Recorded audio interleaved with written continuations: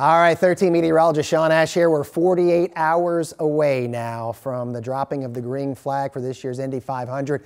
We've been massaging the forecast like we always do here. Let's get into it. You don't need me to tell you that we are locked into a cool pattern. That is really the story.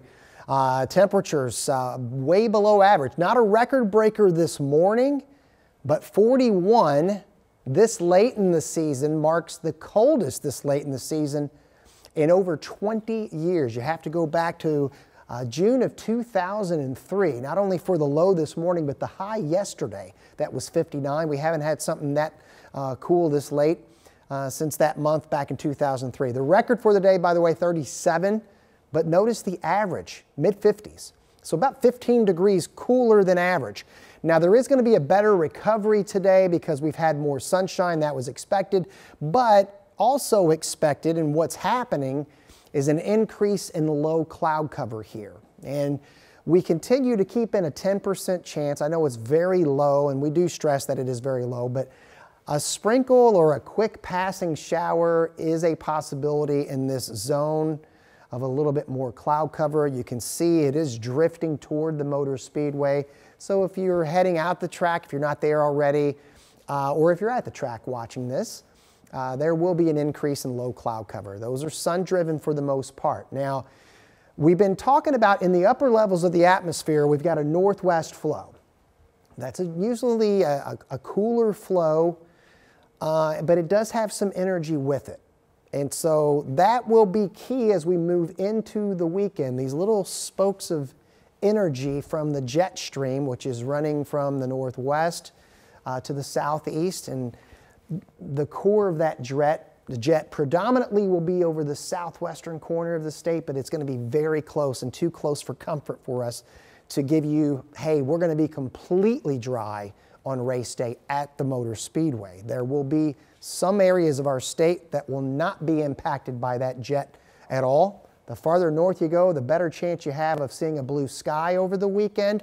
The farther southwest you go, the higher chance you have not only of more overcast, but also at times getting into that energy that squeezes out some showers here. It will be more likely southwest of I-74, but at times, as I mentioned, a little too close for comfort for us here in the weather office. Afternoon at the Motor Speedway, not bad at all.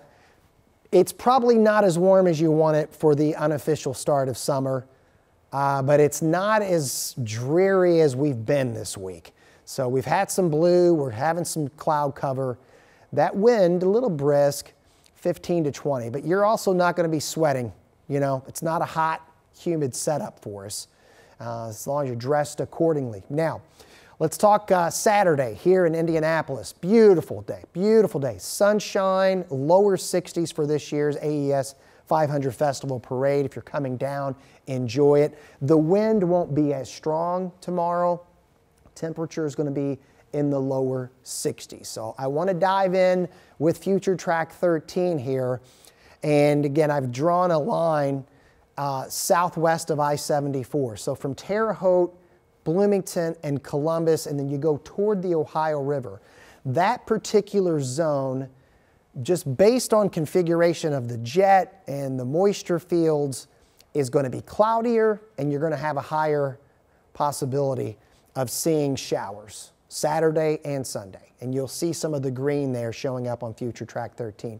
Another thing I want to point out, because there's going to be a fine line, because we've got a northeast wind, which usually around here is a rain eater, but sometimes it can also be a cloud eater. So you go farther north, probably have a mostly sunny sky.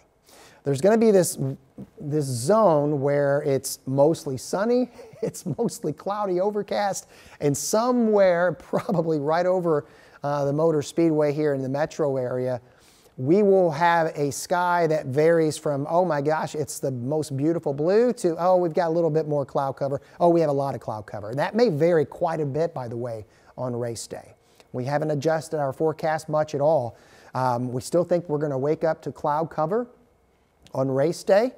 There is the possibility in that northwest flow that we talked about that we could have a shower or some sprinkles, you know.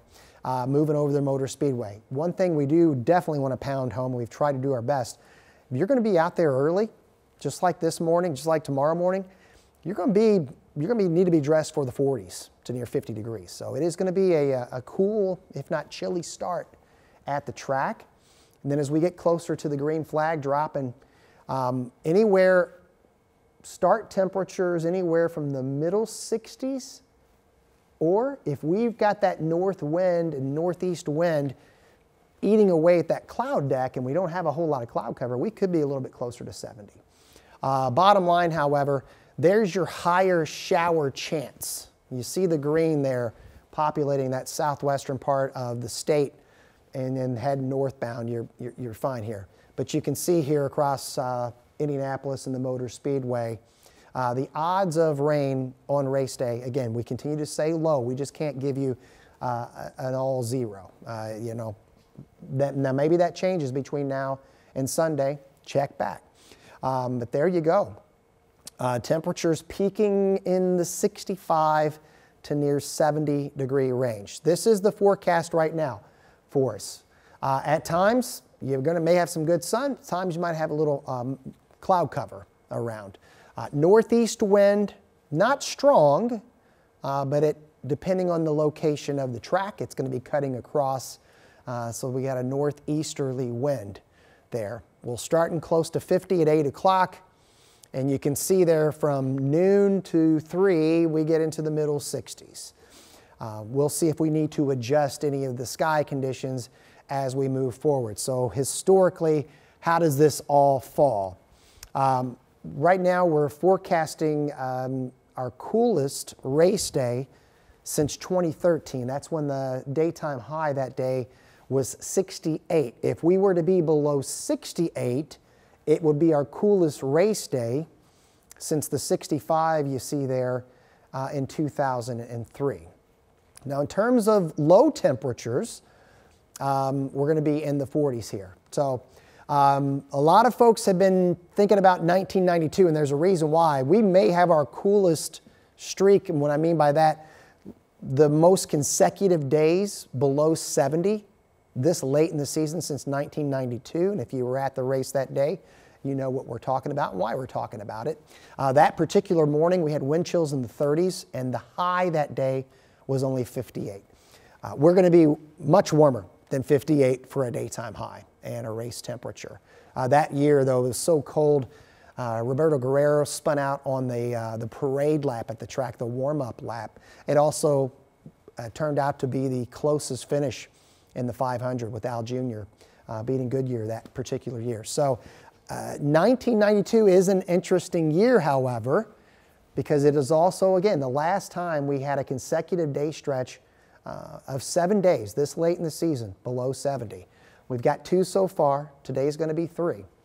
And we'll see if that streak continues. Right now, that is the call, at least into early next week. So 7-day forecast now.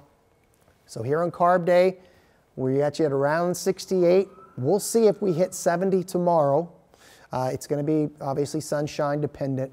And there's the forecast highs as we go into Sunday. So if we get a little bit more cloud cover, we're going to be parked in the mid-60s.